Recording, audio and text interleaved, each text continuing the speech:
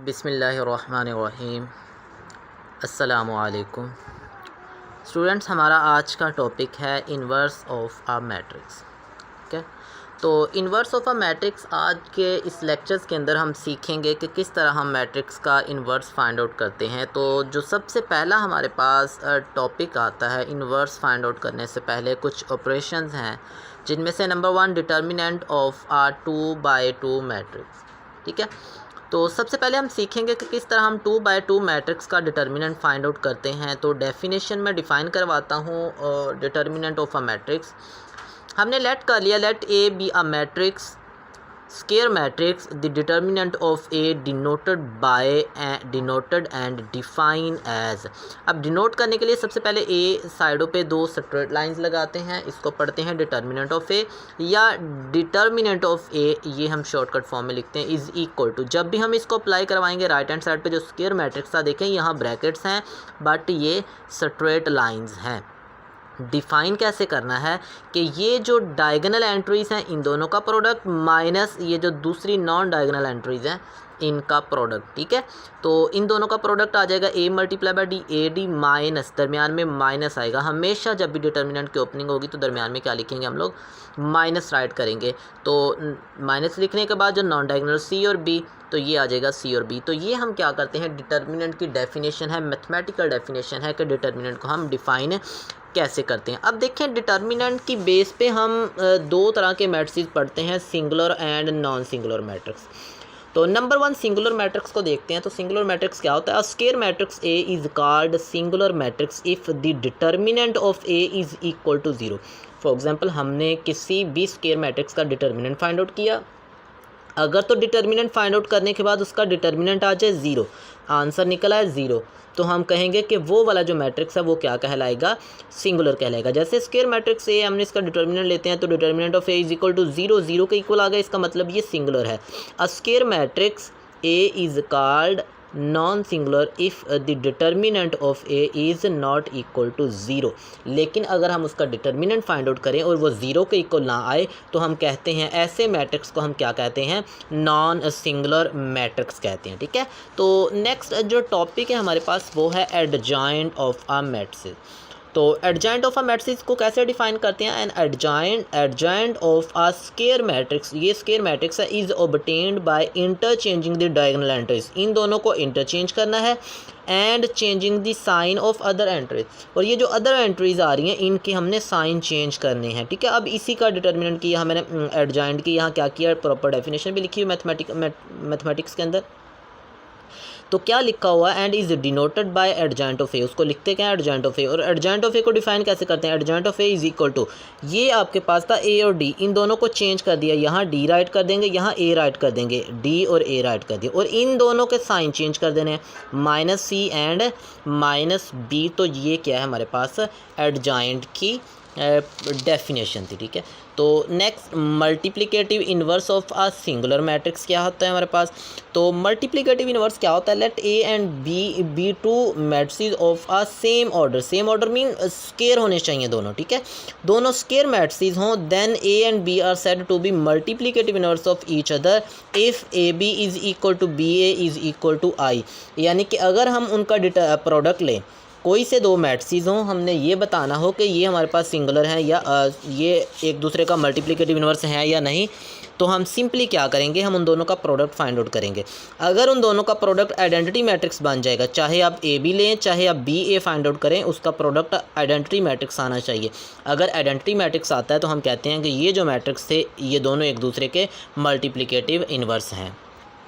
और किसी एक सिंगल मैट्रिक्स का अगर हमने क्या करना हो, मल्टीप्लिकेटिव इन्वर्स निकालना हो, तो multiplicative inverse of A is define as, तो क्या करते हैं, मल्टीप्लिकेटिव इन्वर्स ए राइट करके ऊपर -1 राइट करेंगे, is equal to adjoint of A divided by, हमारे पास क्या आ जाएगा, डिटर्मिनेंट ऑफ ए। ठीक है, तो हमारे पास है नेक्स्ट एक्सरसाइज 1.5। तो 1.5 के अंदर जो हमने अभी प्रॉपर डेफिनेशन पढ़ी थी डिटर्मिनेंट की, तो यहाँ उसकी इम्प्लीमेंटेशन देखते हैं कि कैसे हम अप्लाई करते हैं इसको, अप्लाई करते हैं हम इस डेफिनेशन को मैट्रिक्स के ऊपर।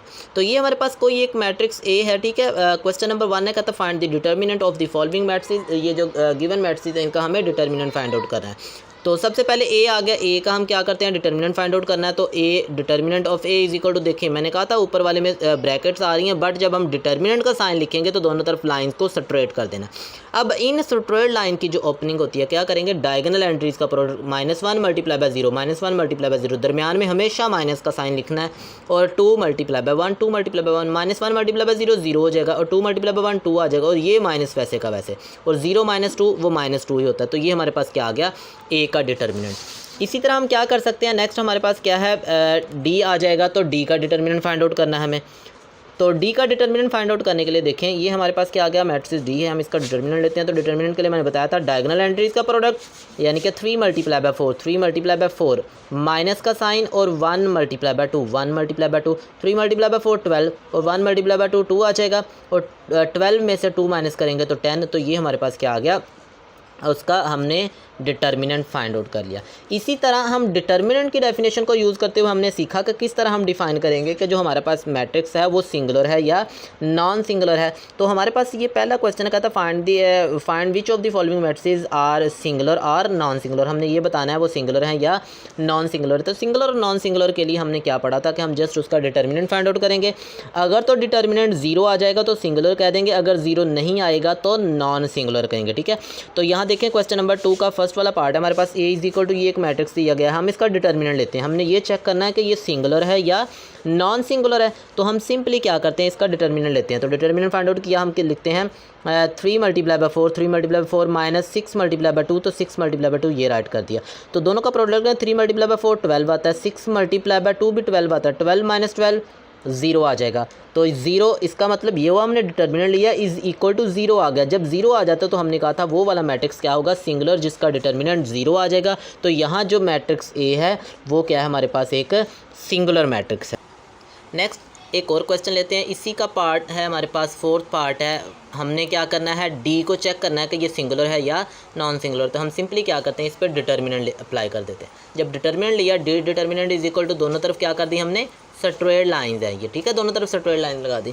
अब इसकी ओपनिंग करते हैं, 5 मल्टीप्लाई बाय 4, 5 मल्टीप्लाई बाय 4, दरमियान में माइनस का साइन आ जाएगा, -2 मल्टीप्लाई बाय -10, 5 मल्टीप्लाई बाय 4 20, उसके बाद -2 multiply by -10, minus minus plus का 20 आ जाएगा, और ये वाला माइनस वैसे का वैसे में 20 माइनस 20 0। तो जब हमने 0 लिखा, determinant of D is equal to 0 आ गया, तो हम कहते हैं D is a singular matrix. तो डी हमारे पास क्या है, एक सिंगुलर मैट्रिक्स आ गया। ठीक है, अब आ जाए क्वेश्चन नंबर है हमारे पास इसी का क्वेश्चन नंबर 3। तो क्वेश्चन नंबर 3 में हमें ये कहा गया कि find the multiplicative inverse if exist of each.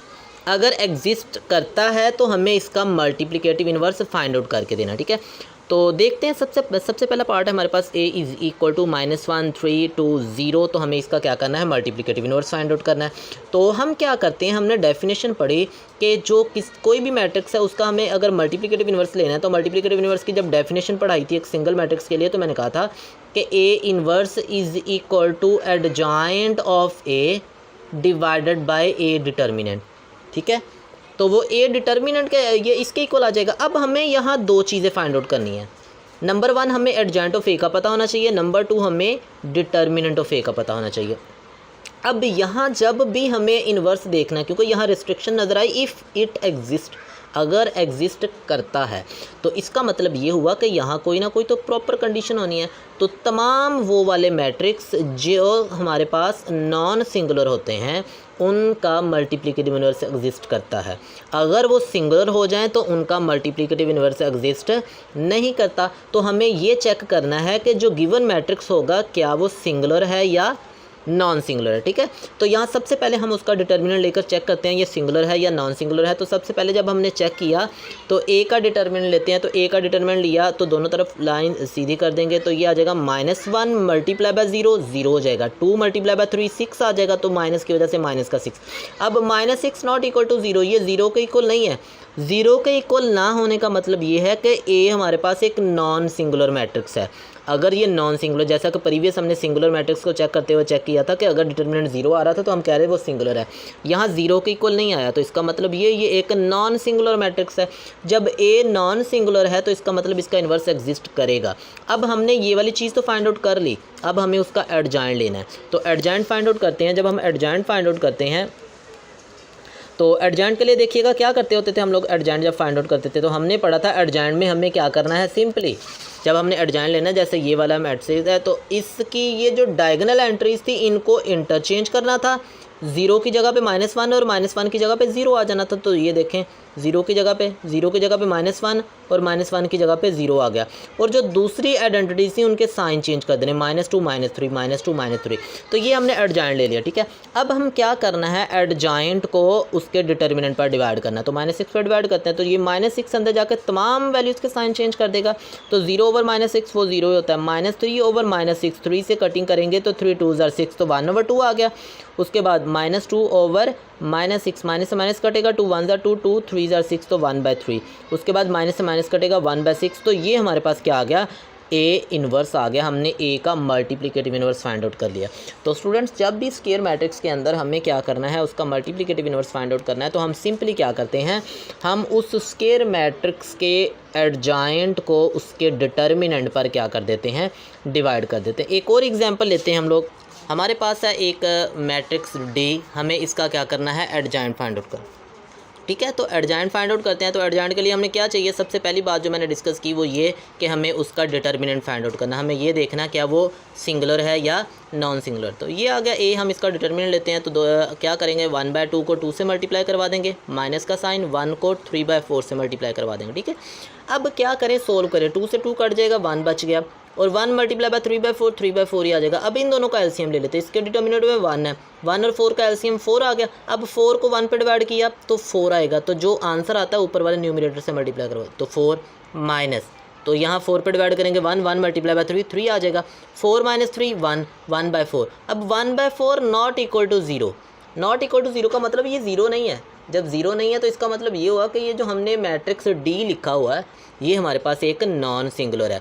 तो मैंने अभी अर्ज़ किया कि जो नॉन सिंगुलर मैट्रिक्स होते हैं, नॉन सिंगुलर मैट्रिक्स का इन्वर्स क्या होता है, एग्जिस्ट करता है। तो अब हमें क्या करना है, अब हमें इसका एडजॉइंट लेना है। तो सबसे पहले यहाँ से देखिएगा ये मैट्रिक्स डी है, इसका एडजॉइंट लेते हैं। इन दोनों की जगह चेंज करेंगे, ठीक है। तो यहाँ देखें 1 2 की जगह पे 1/2 आ गया और 1/2 की जगह पे 2 आ गया। इन दोनों की जगह चेंज कर दी, इन दोनों को इंटरचेंज करना है और इन दोनों के साइन चेंज करने। तो -1 और -3/4।